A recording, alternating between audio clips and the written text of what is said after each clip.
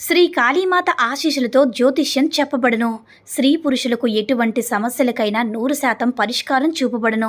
ప్రేమ సమస్యలు, పెళ్లి సమస్యలు, భార్యాభర్తల సమస్యలు, శత్రు సమస్యలు, ధన సమస్యలు, స్త్రీ పురుష వశీకరణం, ఎటువంటి సమస్యకైనా గురువుగారు ఫోన్ ద్వారానే జ్యోతిష్యం చెప్పబడును.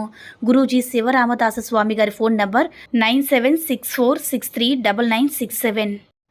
మిత్రమా, మంచివారు అనిపించుకోవాలని పద్మవ్యూహంలో ఎప్పుడు కూడా చిక్కుకోవద్దు. అది నిజంగా పద్మవ్యూహమే మిత్రమా. పొగడ్తలు, మెచ్చుకోలు బాగుంటాయి, కానీ వాటి వెంట పరిగెత్తవద్దు. మాట సహాయం, సూచన సహాయం, సలహా సహాయం చేసేవారికి పెద్ద ఇబ్బందేమీ ఉండదు, హామీ ఉంటే తప్ప. డబ్బు సాయం, వస్తు సాయం చేసేవారు వారి పరిధులు ఎప్పుడు కూడా మర్చిపోవద్దు. మంచితనం మాటున అలవి కాని సహాయాలు చేసి మిమ్మల్ని మీరు ముంచేసుకోవద్దు మిత్రమా. ఒడ్డున ఉంటేనే మీరైనా సాయమైనా. ఇంకొకరు గుర్తింపు కోసమో మెప్పు కోసమో అస్సలు చేయవద్దు మిత్రమా. ఒడ్డున ఉండి ప్రతిదీ కూడా పక్కవారితో సహాయాలు చేయించే మేధావులు కోకొల్లలు. కాబట్టి జాగ్రత్త మిత్రమా. ఒకరికి సహాయం చేయాలనే ఆలోచన మంచిదే, కానీ ఎట్టి పరిస్థితుల్లో కూడా మీ పరిధులు మారవద్దు. కాదంటారా మిత్రమా? ఊరేగింపులో దేవుడు ముందుగా రాడు. ముందుగా మేళం, గుర్రాలు, ఏనుగులు, తాళాలు, తప్పెట్ల తర్వాత చివరగా ఉత్సాహ విగ్రహం వస్తుంది. అలాగే భక్తి, విశ్వాసం, నమ్మకం, భజన, చింతన లాంటి నవవిధ మార్గాల ముందు ఆచరిస్తే దేవుడు ఏదో ఒక రూపంలో కనిపిస్తాడు మిత్రమా. ఇది చాదస్తపు మాటలు కాదు, మన పెద్దలు చెప్పినవి. అవునా మిత్రమా? అందాన్ని పెంచుకుంటే కెమెరాలో బంధించి ఆనందిస్తారు. ఆస్తిని పెంచుకుంటే గంధపు చెక్కల్లో తగలపెడతారు. పేరును సంపాదించుకుంటే సన్మాన పత్రాల్లో సత్కరిస్తారు. హోదాని పెంచుకుంటే హోల్డింగ్లో నిలబడతారు. అదే వ్యక్తిత్వాన్ని పెంచుకుంటే జనాల గుండెల్లో గుడి కట్టి పూజిస్తారు మిత్రమా. నిందిస్తున్న వారందరినీ దూరం చేసుకోకండి. పొగుడుతున్న వారందరికీ పళ్ళకి మోయకండి. కావాలని నిందించేవారు ఉంటారు, మీకు మంచి కావాలని నిందించేవారు కూడా ఉంటారు. ప్రతిఫలం కోసం పొగిడేవారు ఉంటారు, పరుల హితం కొరకు పొగిడేవారు కూడా ఉంటారు. ఎవరు ఏ విధంగా అనుకున్నా సరే మనలోని లోపాలను, విశేషతలను అంతర్మదనం చేసుకొని పరిశీలించుకున్న రోజు పొగడ్తలు పరిచారకులుగా, నిందలు విజయానికి నిచ్చెనలుగా అయిపోతాయి మిత్రమా. ఒక్క విషయాన్ని గుర్తుంచుకో మిత్రమా. ఆకాశంలో గాలిపటం ఎగరాలంటే దారం కావాలి, అది కింద పడకుండా ఉండాలంటే గాలి కావాలి. కానీ అవి రెండు ఎవ్వరికీ కనిపించవు. నువ్వు కూడా అంతే మిత్రమా. అందరికీ నీ విలువ తెలియాల్సిన అవసరం లేదు. నువ్వు కావాలి అనుకున్న వారికి తెలిస్తే చాలని గుర్తుంచుకో మిత్రమా. ప్రతి ఒక్కరూ మన ఆనందాలను పంచుకోవడానికి ఇష్టపడతారు, కానీ మన బాధలను కాదు. రెండింటినీ పంచుకోవడానికి కొంతమంది మాత్రమే ఉంటారు. వారిని ఎప్పుడు కూడా వదులుకోకండి. వారు ఎప్పటికీ మీతో ఉంటే జీవితం మరింత సంతోషంగా ఉంటుందని గుర్తుంచుకో మిత్రమా.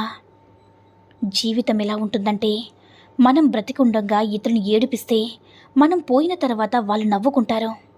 మనం బ్రతికున్నప్పుడు నలుగురిని నవ్విస్తే మనం పోతే వారంతా బాధపడతారు. బ్రతికినన్నాళ్ళు నలుగురిని నవ్వుతూ బ్రతికేయడమే జీవితంలోని మాధుర్యమని. అవునా మిత్రమా? మనిషి పుట్టినప్పుడు శత్రువులు, మిత్రులు ఉండరు. అలాగే చనిపోయిన తర్వాత శత్రువులు, మిత్రులు కూడా ఉండరు. అయితే మధ్యలో మనం చేసే పనుల వల్ల, మన మాట తీరు వల్లే మనకు శత్రువులు, మిత్రులు ఏర్పడతారని గుర్తుంచుకో మిత్రమా.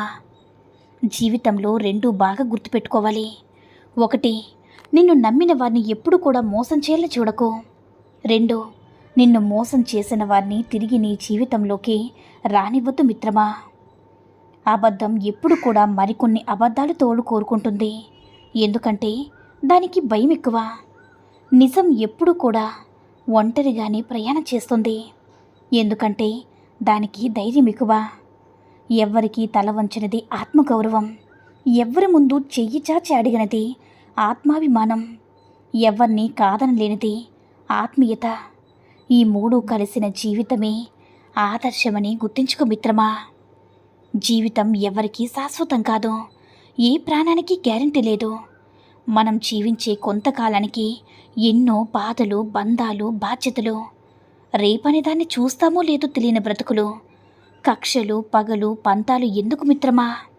ఎవరు ఉండి తినేది లేదు, పోయి సాధించేది లేదు. ఉన్నంతకాలం అందరితో కలిసి సంతోషంగా జీవించేద్దాం. ఒక్క విషయాన్ని గుర్తుంచుకో మిత్రమా, సముద్రాన్ని వదిలేసి ఎక్కడికో వెళ్ళిపోదామని కెరటాలు అహర్నిశలు ఆరాటపడుతూ ఉంటాయి.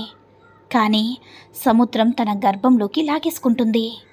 మనిషి కూడా అన్నీ వదిలేసి పారిపోదాం అనుకుంటాడు. కానీ బంధాలు, బాధ్యతలు మనిషిని వెళ్ళనివ్వకుండా కట్టి పడేస్తూ ఉంటాయి మిత్రమా. శరీరం సోమరితనానికి అలవాటు పడిపోతే ఆలోచన ఎప్పుడు కూడా వేరొకరి సహాయం కోసం ఎదురుచూస్తూ ఉంటుంది.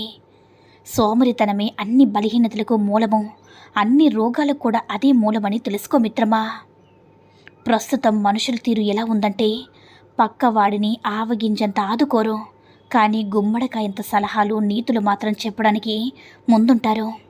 అవునా మిత్రమా? మనిషి రోజు రోజుకి తన మేధా సంపత్తిని పెంపించుకునే క్రమంలో తన విచక్షణ జ్ఞానాన్ని ఎంతలా కోల్పోతున్నాడో అర్థం చేసుకోలేకపోతున్నాడు. ఇవాళ రేపట్లో నీ వద్ద క్యారెక్టర్ లేకపోయినా సరే పర్వాలేదు, కానీ క్యాష్ లేకుంటే మాత్రం కనీసం కన్నెత్తు కూడా చూడడం లేదు మిత్రమా. కాబట్టి నీ లక్ష్యం పైన దృష్టి పెట్టి ఎక్కువగా సంపాదించి అందరినీ కూడా నీ కాళ్ళ వద్ద ఉండేటట్టు చేసుకో. నిన్ను తక్కువ చేసి మాట్లాడినప్పుడు మౌనంగా ఉండడం, తిట్టినప్పుడు కోపాన్ని చూపించకుండా ఉండడం, పొగిడినప్పుడు గర్వంతో విర్రవీయకుండా ఉండడం నేర్చుకో మిత్రమా. నువ్వు నేర్చుకున్న ప్రతిదీ నిన్ను ఒక్కొక్క మెట్టు పైకి చేరుస్తాయి తప్ప ఎప్పటికీ కింద పడిపోయేలా చేయవు. అవునా నేస్తమా? తలరాత బ్రహ్మది, తనువు తల్లిది, తపన తండ్రిది, కానీ మంచో చెడు బ్రతుకు నీది మిత్రమా.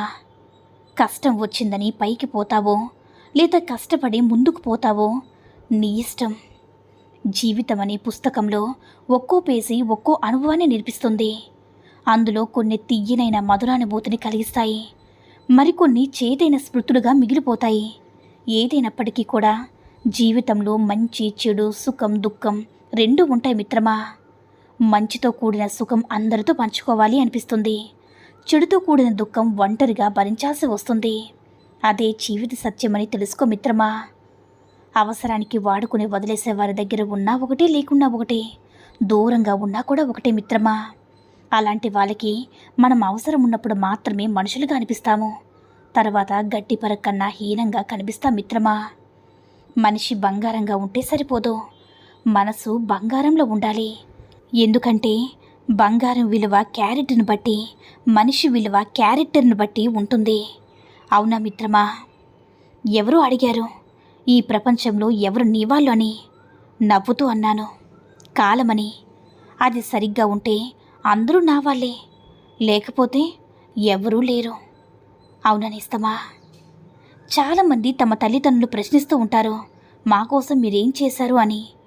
అమ్మా నాన్న మనల్ని ఒక 20 సంవత్సరాలు పెంచుతుంటారు, మనం కూడా వాళ్ళని ఒక 20 సంవత్సరాలు పోషిస్తే అప్పుడు తెలుస్తుంది వాళ్ళు మన కోసం ఏం చేశారో, ఏం కోల్పోయారని.